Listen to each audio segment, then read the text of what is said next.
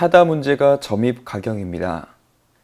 타다 사태의 가장 큰 피해자는 대중교통을 이용하는 시민이라고 할 수 있습니다.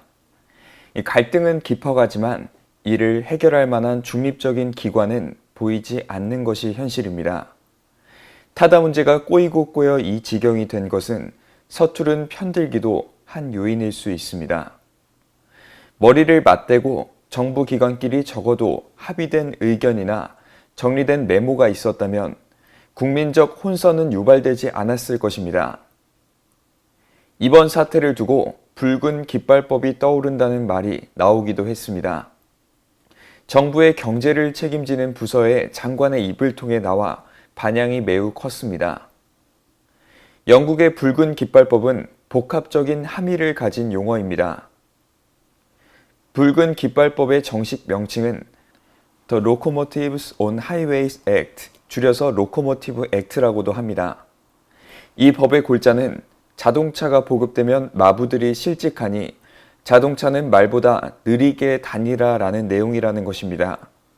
자동차의 등장으로 피해를 본 마차업자들을 보호하기 위해 영국 왕실이 결정한 법입니다. 이것의 후과는 매우 컸습니다. 영국이 증기자동차라는 미증유의 발명품을 선도하고도 산업화에 불을 댕기지 못한 불행한 사례의 주인공이 된 것입니다. 적기조례 혹은 붉은 깃발법은 입법 운동으로 영향력을 가지면서 혼란상은 더욱 커졌던 것입니다. 붉은 깃발법은 아픈 상처가 배어있는 용어라고 할 수 있습니다. 좀 더 신중히 밝혀야 할 사안이라고 할 수 있습니다.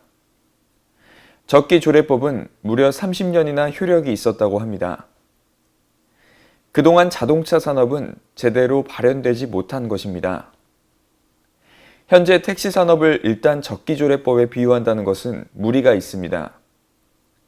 마차와 차가 아닌 차와 차의 문제이기 때문입니다. 택시 측에서 현행 타다와 같은 다인승 차량을 운행한다면 모든 문제들이 해결될까요? 문제는 그리 간단치 않습니다. 현재 택시 시장을 적기조례법으로 본다는 것은 논리적 비약이 심합니다. 타다가 마치 공유경제의 핵심이고 교통난을 해소하고 만병통치약처럼 접근하는 것도 무리수입니다. 지혜로운 접근법이 필요한 사안이지 쾌도난마로 서두를 일이 아닙니다.